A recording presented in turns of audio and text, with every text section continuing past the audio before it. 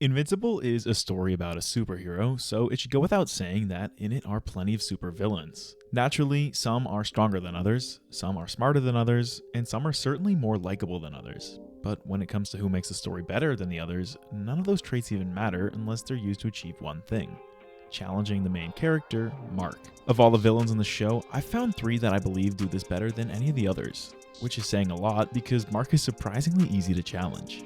So I'm going to isolate each of the 3 villains, explain how they challenge unique aspects of Mark's character, and understand how they shape the story by making our hero. On my channel, I have this framework I call the antagonist drill. I bet my subscribers are rolling their eyes right now because I've explained it like 4 times already, so this time I'll try to do it in as few words as possible so we can jump right in. Antagonist drill help writer make bad guy who make good guy life suck. Basically, it's used to create antagonists that give the protagonist the appropriate challenge that will target something about their character. The first trait they can target is their abilities. Antagonists that do this are called obstacles. A well-written obstacle will make our hero understand what exactly makes them strong. When you go deeper, you target the protagonist's values. Antagonists that do this are called dilemmas. This is because they isolate things that are important to the hero and make them choose between them. The last layer is about targeting the hero's flaws, specifically the ones that they cannot change. I call these antagonist mirrors because they give the hero a good look at themselves and force them to see the bigger picture. And that's it. I tried to make it both as concise and as exhaustive as possible. There are probably exceptions to the rule, but for the most part, I truly think it encapsulates all types of antagonists.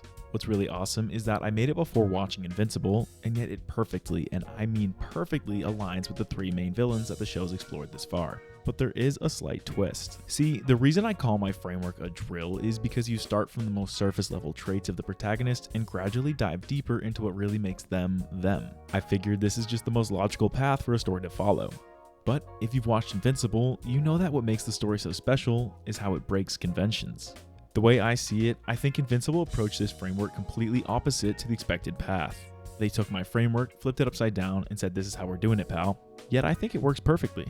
And obviously the writers didn't have the antagonist drill in mind when they were writing the show. But the point is that the framework works, just not in a rigid order. Which is great, because stories should never follow any rigid rules. So without further ado, let's explore Invincible's unique approach to villains and how they've shaped Mark Grayson into the character he is now. From the very first episode, we knew Invincible was a special show because we saw it had a very special villain. Nolan Grayson, better known as Omni Man, is perhaps the show's single most interesting character. But the antagonist drill isn't actually about the antagonists themselves. It's about what they do to the protagonist, and what Omni Man does to his son Mark is what pushes all of the terrible, horrible, trauma-inducing dominoes to fall. As a whole, Season 1 of Invincible is very mirror-coded. What I mean by this is that everything that happens exists to inform Mark about what being a superhero actually means. When he gets his powers in Episode 1, he's thrilled. So the challenge he has to face is learning the full truth of what this entails. With each new episode, he faces harder and harder villains, gets beaten worse and worse each time, and fails to save more and more people. From the Flaxons, to Doc Seismic, to Sequids, to zombie cyborgs, Mark learns that he kinda sucks at being a hero, and being a hero kinda sucks too. But none of these villains, none of these opponents, not even the Battle Beast himself, teach Mark a lesson quite like Omni Man does. When I say Invincible is a hero made by villains, you can take this pretty literally because his biological father is a villain. But what I really mean is the way Mark changes in reaction to how Omni Man challenges him. And Omni Man challenges him as a textbook mirror antagonist. At the heart of a mirror antagonist is a truth that the hero can't change. And all season long, we the audience have been chasing the truth. We saw what Omni Man did to the Guardians of the Globe, we know the destruction he's capable of, and we're wondering what it all means for Mark. In the season finale, we learn it. In the first phase of Mark's confrontation with his dad, Omni Man makes the truth abundantly clear to him when he uses his indestructible body as a tool for mass destruction. I think the final death toll is over 2,000 people. Now, I'm not saying Mark caused this, nor am I saying that the Chicago incident is the inherent flaw Mark has to accept. What he does have to accept is the true, unforgiving nature that comes with his strength. The truth about Mark that he cannot change is that unlike the humans he cares so deeply for, he is invincible. Sure, from the start, Mark knows he's super strong, but does he know? Does he understand just what that means? Omni Man doesn't think so, so he teaches him. In my video dedicated to mirror antagonists, I said there are 2 types of reflections that a villain could use to get their point across. I call the first one the illusion of color. See these two hearts? See how they appear to be different colors? Yet when we zoom in, we learn that they're actually the same color, just in different contexts. So when the illusion of color is used against a protagonist, it basically shows them that their truth isn't always so pretty. With Mark, he learns that the same power he uses to fight evil with can also annihilate the innocent. He learns that what he thought was a blessing is also a curse. The other type of reflection is something I call the illusion of choice. This occurs when an antagonist points out an inevitable destination that the protagonist will find themselves at.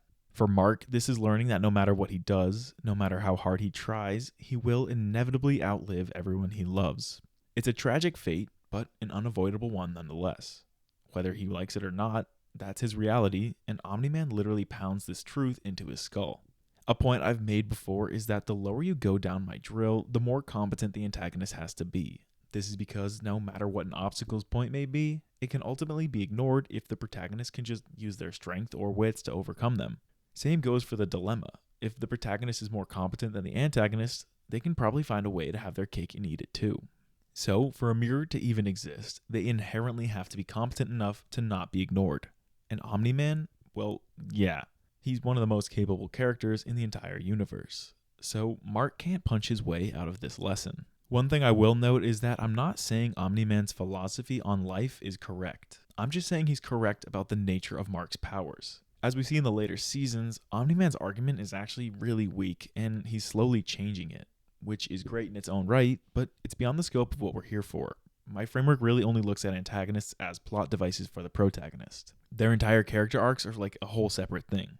In regards to Mark's unavoidable truths, Omni Man does a perfect job at hammering that message home.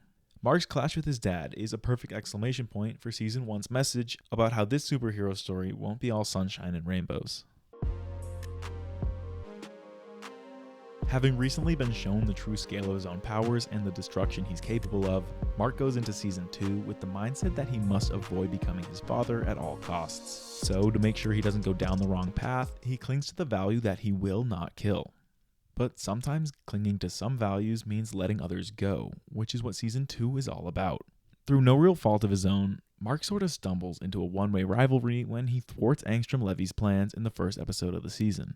But following their first encounter, Angstrom sort of takes a back seat for most of the season while he quietly prepares his revenge. That gives Mark like 7 episodes of time to slowly learn that he can't have everything he wants. He juggles college, a relationship, and saving the world before finally realizing he can't have it all. Sacrifices have to be made. And it's good he realizes this, because when it comes time to beat Angstrom Levi, he once again won't be able to have his cake and eat it too. This is because Angstrom challenges his values as a dilemma antagonist. A dilemma antagonist will give the protagonist 2 mutually exclusive choices. By choosing one thing, a protagonist actively surrenders the other option. This is significant because it gives us a better look into what matters to a character most. But the key is mutual exclusivity. If a character can somehow finesse his way into having both, then the dilemma antagonist fails. So when Angstrom Levi threatens Mark's family, he forces Mark to decide between his loved ones and his moral code. Like a mirror antagonist, a dilemma antagonist also has to be quite capable. And though he's no Viltrumite, Angstrom Levi is not a laughing matter. So when he invades Mark's home and holds Debbie and Oliver captive, Mark can't just punch his way out of the situation, especially when he's balancing Angstrom's life in the equation too. To get out of this with his family safe and his morals intact would require a level of skill that Mark just simply doesn't have. So instead, he'll have to make a choice. Seeing the damage Angstrom had done to his mom, Mark finally decides to stop holding back. But there's a key quote from Angstrom that helps Mark make up his mind. He tells Mark that this doesn't end until he and his family are dead.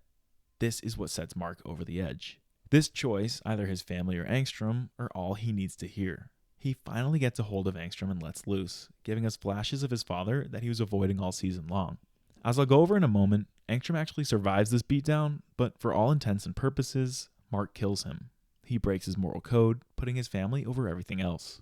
I just want to clarify that Angstrom didn't think of himself as a dilemma antagonist. It's more of a retroactive title I apply to villains that can't be beat without giving something up.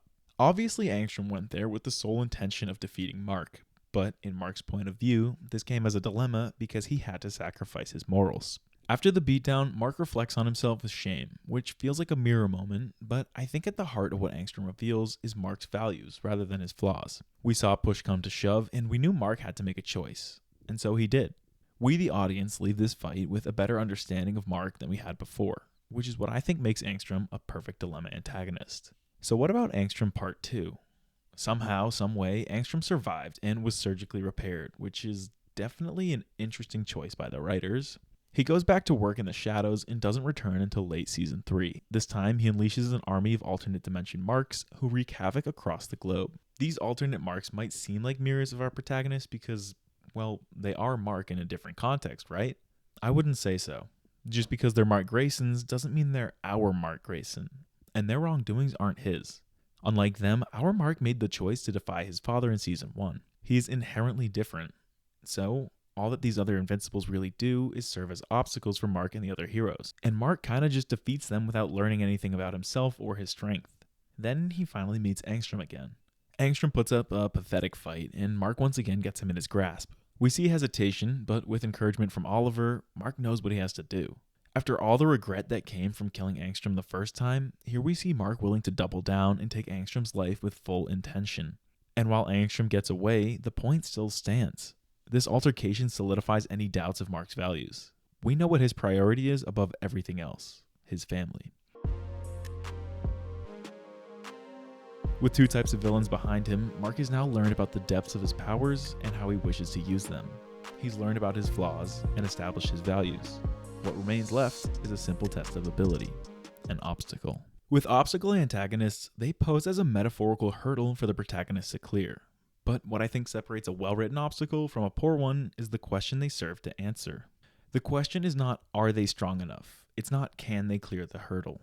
To properly inform a character's abilities, the obstacle must ask what it is that makes them strong. Not literally, though. When Conquest arrives on Earth, he cares about one thing, and it's certainly not Mark's character arc. It's his thirst for blood. Conquest's arrival was only hinted at a few times. When Mark fought the last Viltrumite to visit Earth, he quickly learned just how big the gap was between himself and his kind. For context, they gave him like an 18% chance of beating Anissa in combat, and he certainly did not beat her. So if Anissa was already a hurdle Mark couldn't clear, sending down one of the strongest Viltrumites in Conquest seems a little overkill. If Mark was to beat Conquest, he'd need to channel his strength in a way he never had before. He would need to learn what makes him strong. Conquest came to Earth wanting a good fight, and was quickly realizing he wasn't getting it. He threw Mark around like a rag doll, reminiscent of the way his dad handled him in season 1. Then he tried to liven Mark up. He offered some motivation, slaughtering innocent civilians as they barreled through cities.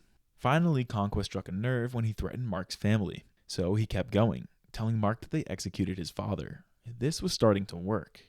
Then he got his hands on Oliver and nearly killed him. This really worked, bringing Mark to a whole new gear. Conquest was quickly realizing how to get what he wanted out of Mark. So when Eve joined the fight, Conquest made an opportunity to single her out and completely brutalized her. Now this was what brought Mark's complete strength out. He looked into the future and saw that Conquest wasn't making out of this fight alive. Just like I looked into the future and saw that you're not leaving this video without subscribing. Anyway, with his brother in critical condition, his girlfriend on death's doorstep, and everyone's fate on the line, Mark was able to tap into the true root of his strength: his loved ones. So long as Mark has a loved one that needs protection, his spirit is invincible.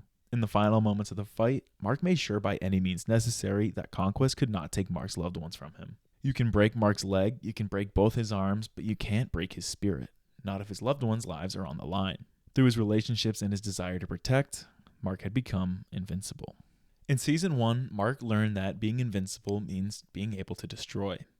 In season 2, he learned that saving his loved ones means needing to destroy.